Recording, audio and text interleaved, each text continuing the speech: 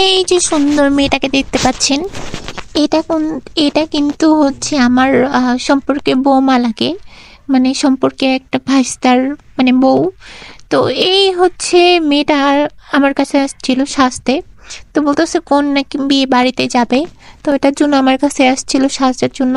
তো বলছিল যে আন্টি আমাকে ভালো করে সাজায় দাও, আমি হচ্ছে বিয়ে বাড়িতে যাব। তো ওর প্রথমে ফেস হচ্ছে প্রাইমারি অ্যাপ্লাই করার পর এখন হচ্ছে ফাউন্ডেশনের জন্য কালার কারেক্টিং মানে ইউজ করতেছি। তারপরে এই তো ফাউন্ডেশন ইউজ করলাম, ফাউন্ডেশন ভালোভাবে ইউজ করে বিউটি ব্লেন্ডার দিয়ে ব্লেন্ড করে নিতে হবে। তো আপনারা ভালোভাবে ভালো একটা বিউটি ব্লেন্ডার নিয়ে ভালোভাবে ব্লেন্ড করবেন। আর এটাকে হচ্ছে কি কেউ বলে বিউটি ব্লেন্ডার, আবার কেউ বলে ডিম্পল। আমি জানি না কোনটা সত্য কোনটা মিথ্যা, বাট আমি জানি যে বিউটি ব্লেন্ডারই বলে। কেউ বলতেছে যে ডিম্পল বলে, যাই হোক কোনটা সত্য কোনটা মিথ্যা সেটা জানি না, তবে আমি জানি যে এটাকে বিউটি ব্লেন্ডারই বলে। তো ওর মেকআপ হচ্ছে পুরোপুরি কমপ্লিট। তো তারপর হচ্ছে ও মানে ড্রেস পরবে, এটা হচ্ছে ওর ফাইনাল লুক।